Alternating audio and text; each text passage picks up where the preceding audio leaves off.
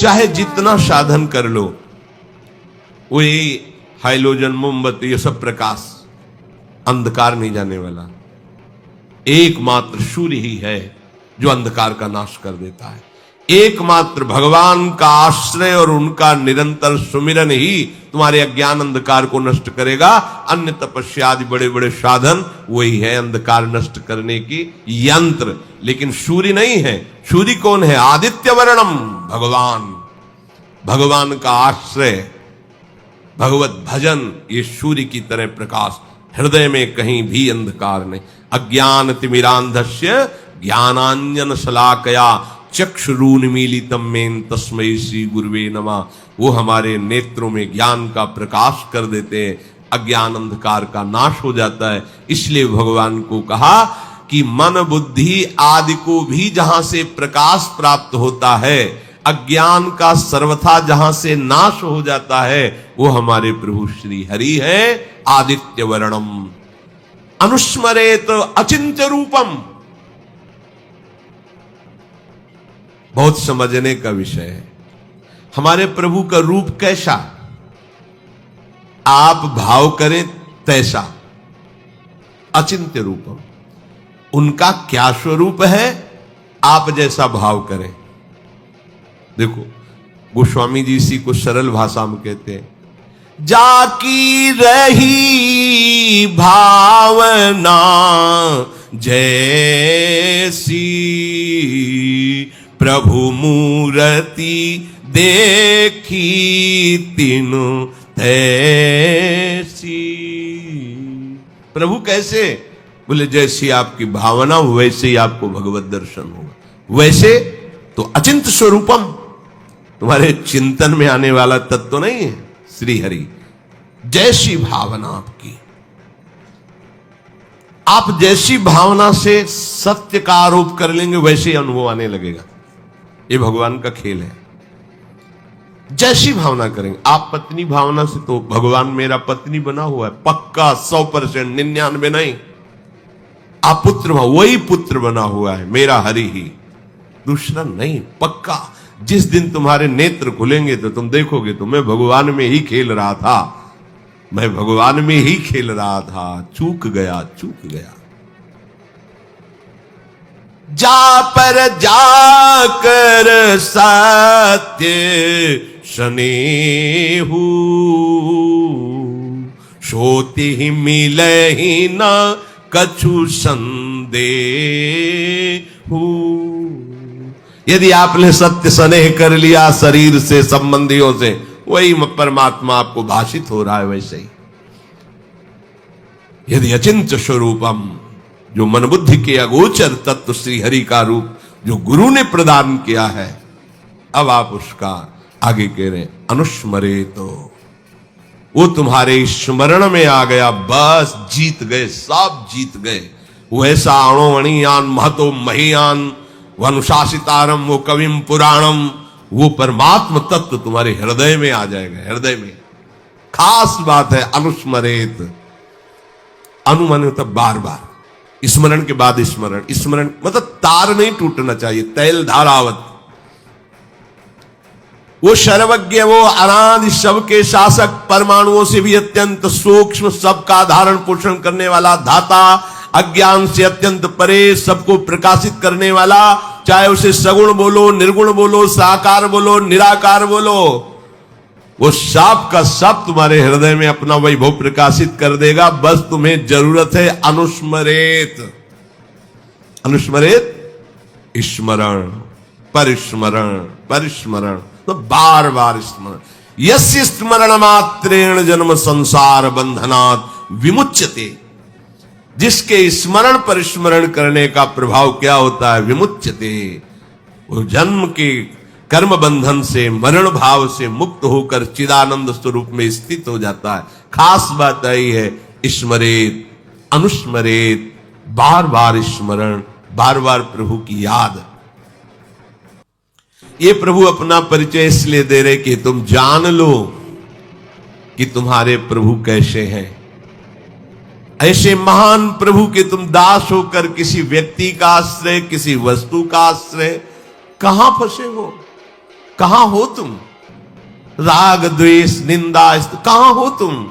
अभी तो तुम देह भाव में माया में विचर रहे हो, अभी साधक नहीं हो, अभी उपासक नहीं हो।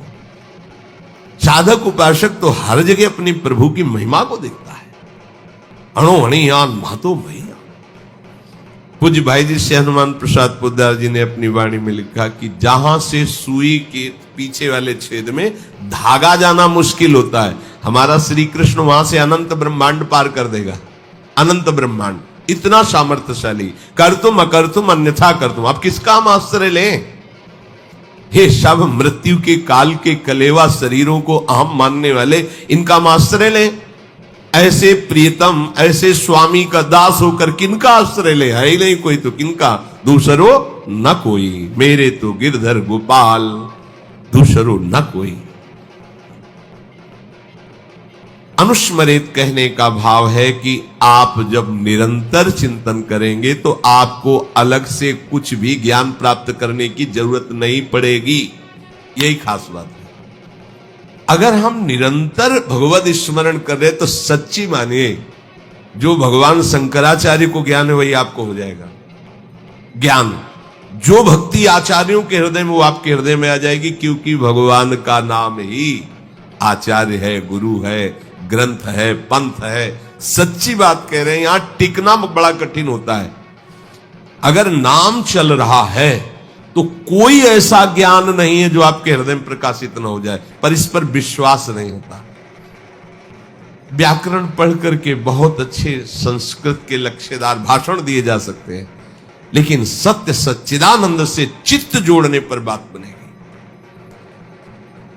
और आगे जब बढ़ेंगे तो अंतःकरण धर्म से त्याग वृत्ति होकर जब स्वरूप की तरफ, कोई पढ़ाई लिखाई की वहां गुंजाइश ही नहीं।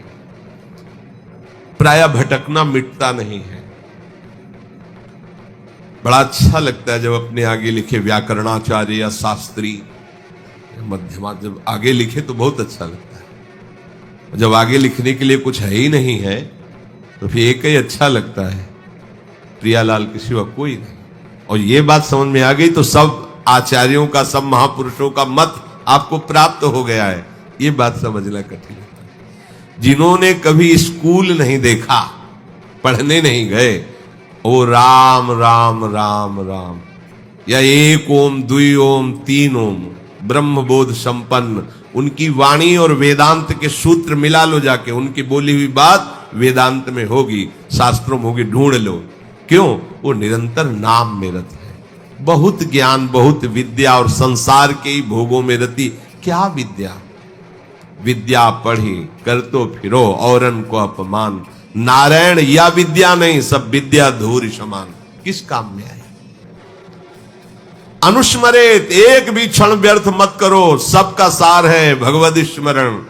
श्यामा श्याम के चिंतन में डूबे हुए हैं। नाम चिंतन, मंत्र चिंतन, वाणी गायन, अंदर ही वाणी गायन शांत। तो बोले फिर क्या होगा, इसका परिणाम क्या होगा? तो प्रयाण काले मनसा चले न भक्त्या युक्तो योग बले न चैव भ्रुवोर्मध्ये प्राणमावेश्य सम्यक सतम परम पुरुषमुपैति दिव्यम। फिर आपको कह रहे हैं जैसे योग मार्ग में होता है, शब्द कमलों का वर्णन आता है, जो इनको भेद करके वो फिर ब्रह्म को प्राप्त होता है। कुंडलनी जागरण, कई तरह की यौगिक चमत्कारमयी वृत्तियां वर्णन योग ग्रंथों में आता है। हम आपको अनुभव की बात कहते हैं, वो भी किए हैं, क्योंकि संन्यास मार्ग में चले तो नैष्ठिक ब्रह्मचर्य के समय था प्राणायाम, पद्मासन, संयम, नियम, जो जैसे गुरु कृपा से नाम में इतनी सामर्थ्य, बिना किसी प्राणायाम और पद्मासन लगाए अपने आप आपके जो चाहिए वो प्राप्त हो जाएगा। सप्त कमलों का भेदन, कुंडली का जागरण, सुषुम्ना नाड़ी का खुल जाना, ब्रह्मरंध्र से चिंतन होने लगना, आप जब अच्छे से भजन करोगे तो आप देखोगे यहां हल्का सा दर्द शुरू हो जाता है। ये आज्ञा चक्र कुतकुताहट से मीठी मीठी दर्द, जब आप अच्छे साधक होगे तो। अगर आपका ब्रह्मचर्य ठीक नहीं तो ये सब कहानी है, ये फिर केवल कथा सुन लो। अगर आप ब्रह्मचारी हैं, संयमी हैं और आप नाम जापक हैं तो आप देखना हल्का सा यहां आज्ञा चक्र में एक मीठा मीठा दर्द। वो ऐसा नहीं कि दुखद हो, पर वो एक ऐसा है, यहां एक वो शब्द है, जब यहां शुरू होगा तो आपकी दृष्टि जो है वो एकाग्र होने लगेगी। नाशाग्र, बिना नाशाग्र किए वैसा भार पड़ता है आनंद का कि वो नेत्र अपने आप ऐसे अर्धनिमीलित नेत्र होने लगते हैं। और फिर मंत्र यही ऐसे जैसे ऐसे प्रकाशित होता है, बार बार बार बार।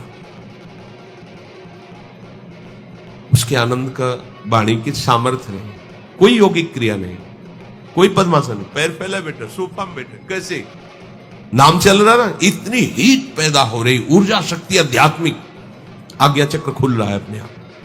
ये जो सप्त चक्रों का भेदन है, बिना किसी प्रयास, हम ये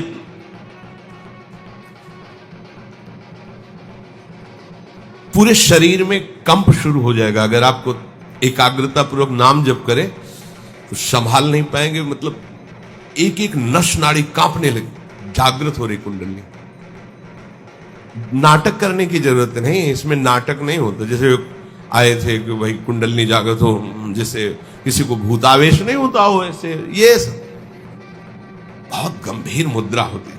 और संभाल रहा है बस शांत एकदम भगवदाकार जागृत हो रही। कुंडलनी जागृत करने में यौगिक क्रिया में धोखा हो सकता है। अगर कुंडलनी का मुंह जरा सा नीचे हो गया, मान व्यभिचारी हो जाएगा, भ्रष्ट हो जाएगा।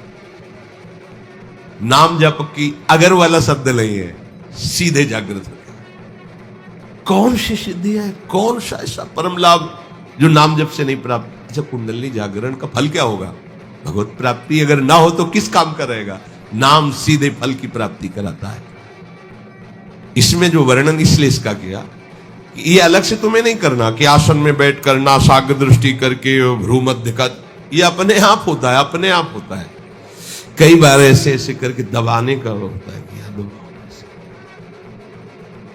बहुत समय तक हमने गुरुदेव भगवान के पास सरदर्द की बाम देखी है, ऐसे शाम के ऐसे ऐसे चिंतन से नस, इतना मजबूत थोड़ी नस नाड़ियां, निरंतर चिंतन के प्रभाव से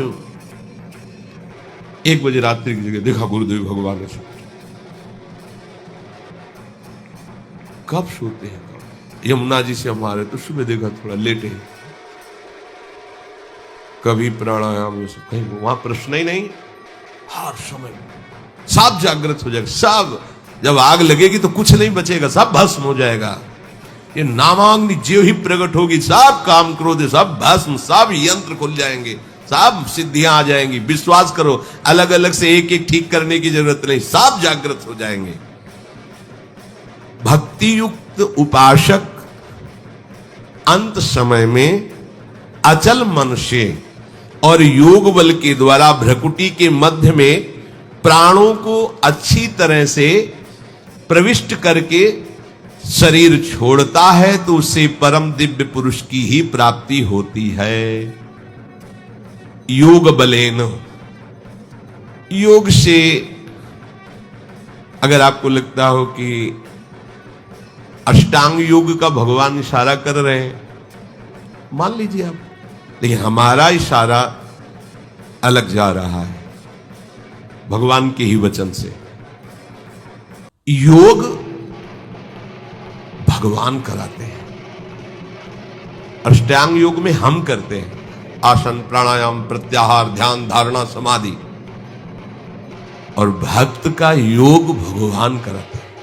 तेषाम शतत युक्तानाम भजताम प्रीति पूर्वकम ददामि बुद्धि योगम तम, ददामि मैं देता हूं उसे, योग बल मैं प्रदान कर, महायोगी श्री कृष्ण है।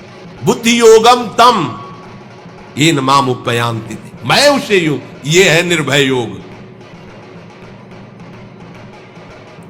सच्ची अगर कभी योग के मार्ग में कदम रखें अष्टांग योग में, तो पहला सूत्र याद कर लीजिए, अगर ब्रह्मचर्य नहीं तो आग से खेलना होगा। पद्मासनों में बैठा प्राणायाम करना और कहीं कुंडलनी आज जागृत की वृत्ति और ब्रह्मचर्य क्षीण, तो आगे चलकर ऐसे भयानक रोगों से ग्रसित हो जाओगे जो आपका जीवन जीना मुश्किल हो जाएगा। ये हम बड़े बड़े योगियों से गंगा किनारे मिले, बहुत ऐसे काहे को झंझट में फंसे। अरे राधा राधा राधा राधा राधा राधा, भाव कुभाव अनख आलसहु, नाम जपत मंगल दिशि दसहु। पर वो अहम को इसमें पुष्टता नहीं मिलती ना, उसमें मिलती है 4 घंटे पद्मासन में बैठता हूं, ये मैंने ये जागृत किया, मैंने वो जागृत किया, तो है सब देह के अंदर ना, स्वरूपगत थोड़ी बोल रहे हो, तो अहम धर्म से ही तो है ना, अभी बात नहीं बनी। असम प्रज्ञात विचक्षणा समाधि में पहुंचा हुआ ही ये सब त्याग कर, और ये समाधि प्रेम समाधि के आगे लघु है, और प्रेम समाधि के लिए पद्मासन की जरूरत नहीं है, राधा राधा की जरूरत है। राधा राधा राधा। उद्धव समस्त योगों की ज्ञाता है, पर प्रेम योग का ज्ञान नहीं है। जब गोपी जनों से मिलते हैं तो कहते हैं तुम हमें योग सिखाने आए हो, भी तुम कुछ नहीं समझते कि योग किसको कहते हैं। जब गोपी गुरु बोली तो उद्धव शिष्य घुटने टेक दिए कि अभी तुम खुद नहीं समझे कि किसको योग कहते हैं, अभी योग क्या जानते हो, तुम श्री कृष्ण के समीप हो तो तुम अपने को योगी समझते हो। देख या रोम रोम में श्री कृष्ण समाया हुआ है, वो दशा देखी कि लोट पड़े चरणों में। प्रेम योगी से बड़ा कोई योग नहीं होता, और ये प्रेम किसी साधन से नहीं मिलता, ये केवल नाम। प्रेम मूल यह नाम है। प्रेम का मूल क्या है? नाम है। प्रेमी रसिक जपत यह नाम, प्रेम मगन निज बन विश्राम, श्री हरिवंश जहां राय। प्रेम प्रवाह परै मन सोई, तब क्यों लोक वेद सुधि होई, जब हरिवंश कृपा करी, अब व्रत संयम तब कौन कराए। प्रेम प्रवाह में बहता हुआ मन युगल सरकार की दिव्य लीलाओं में आप कौन है? प्रेम मूल यह नाम है। प्रयाण काले मन सा चले, ये योग बल से अपने। और यहां लाडली जो आती हैं, लाडली जी, तुम प्रेम मार्ग के पथिक हो, बात पर विश्वास करना तभी समझ में आएगा, हम प्रमाण नहीं दे सकते इसका। अरे थोड़ी सी मन में परेशानी होती है तो लाडली जी को चैन नहीं मिल पाता, फिर अंतिम परेशानी में वो आप विराजमान रहे निकुंज में, लाल जी को गलबैया दिए, सवाल नहीं उठ सकता। दासी वत्सला कर ही राधा, थोड़ा भी अपनापन में लाडली जी व्याकुल हो जाती है कि इसको मानसिक परेशानी जरा सी भी आती है, कहीं भी हो, देखा है कहीं भी हो, कोई क्षण ऐसा नहीं कि उनका दास उदास हो जाए और वो चुप बैठे रहे। निर्मोही समझते हो क्या? उनको निष्ठुर समझते हो? करुणा समुद्र है, अति उदार करुणा वरुणालय युगल सरकार है। फिर तुम्हारी अंतिम समय की स्थिति होगी, तुम्हें योग बल का प्रयोग करना पड़ेगा। तुम्हारा योग बल लाडली जो है वो मुस्कुराती है, चल मेरी सखी बनकर मेरी सेवा में रहे, मुझे भ्रकुटी मध्य में चिंतन करने की जरूरत नहीं है, मुझे राधा राधा राधा राधा, गोरे चरणारविंद की ठसक और राधा राधा। पर एक ये भी सिद्धांत है, भक्ति युक्त हृदय वाला, भक्ति जानते हो किसे कहते हैं? प्रियता। भक्ति का सहज शब्द है प्रियता, और प्रियता में ही सेवा की पुष्टता होती है, जिससे प्यार होता है, प्रिय लगता है, उसी की सेवा में सुख मिलता है।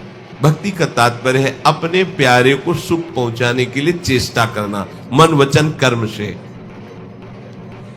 जब हमारी प्रियता प्रभु में होगी, वो कैसे तुम्हें पता है, मतलब यहां आकर प्रियता शब्द में शब्द नहीं मिलता,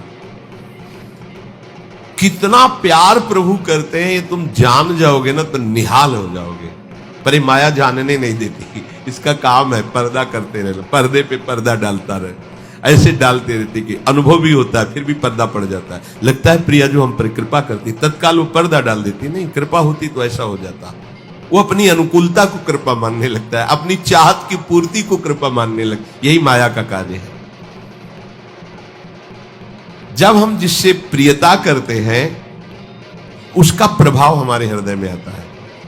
ध्यान रखना, भक्ति का अर्थ है प्रियता। प्रियता का स्वभाव है जिससे हम प्यार करते हैं उसको सुखी देखना, उसको सुख पहुंचाना। इसमें एक शक्ति प्रकट होती है, जो हमारा प्रियतम है उसके मन को आकर्षित कर लेना, ये आंतरिक वृत्ति है। भक्ति का नाम है प्रियता। प्रियता का अर्थ है अपने प्यारे को सुखी देखना, सुख पहुंचाना। और इस सुख पहुंचाने की वृत्ति का फल है कि जिसको सुख पहुंचा रहे हैं उसके मन को अधीन कर लेना, मन को आकर्षण कर लेना। अब मन को आकर्षित किया तो आपका मन, उनका मन, उनका मन, आपका मन, दो मन नहीं रह गए। अब मनसा चले न अचल हो गया मन, अचल हो गया मन। हमारा मन प्यारी जू का मन हमारा मन बन जाएगा। तभी तो मन मन की रुचि जाने नेह विद। प्यारी जू के मन में क्या चल रहा है हम अपने मन से जान सकते हैं क्या? नहीं, हमारे मन में प्यारी जू के मन आकर के विराज। अब हमारा मन नहीं है, हमारा मन नहीं है, हमारा मन प्रिया प्रीतम है। वाणी जी, श्री हरिवंश सुप्राण सुमन हरिवंश गनिजय। हा हरि राधा बा वृंदावन सा सहचरी। वृंदावन में सहचरियों के मध्य में विराजमान श्यामा श्याम मन गनिजय। मन बन गए हमारा, प्राण बन गए हमारा, बुद्धि बन गए। कैसे? बोले भक्ति से। भक्ति अर्थात प्रियता, प्रियता अर्थात तत्सुख सेवा भाव। उसका परिणाम आराध्य देव के मन को अधीन कर लेना, आराध्य देव के मन को अधीन कर लेना। अब ये प्रियता कभी मिटती नहीं है, कभी भी नहीं मिटती। सोते जागते उठते बैठते हर परिस्थिति में ये प्रियता हृदय का विषय है, स्वयं का विषय है।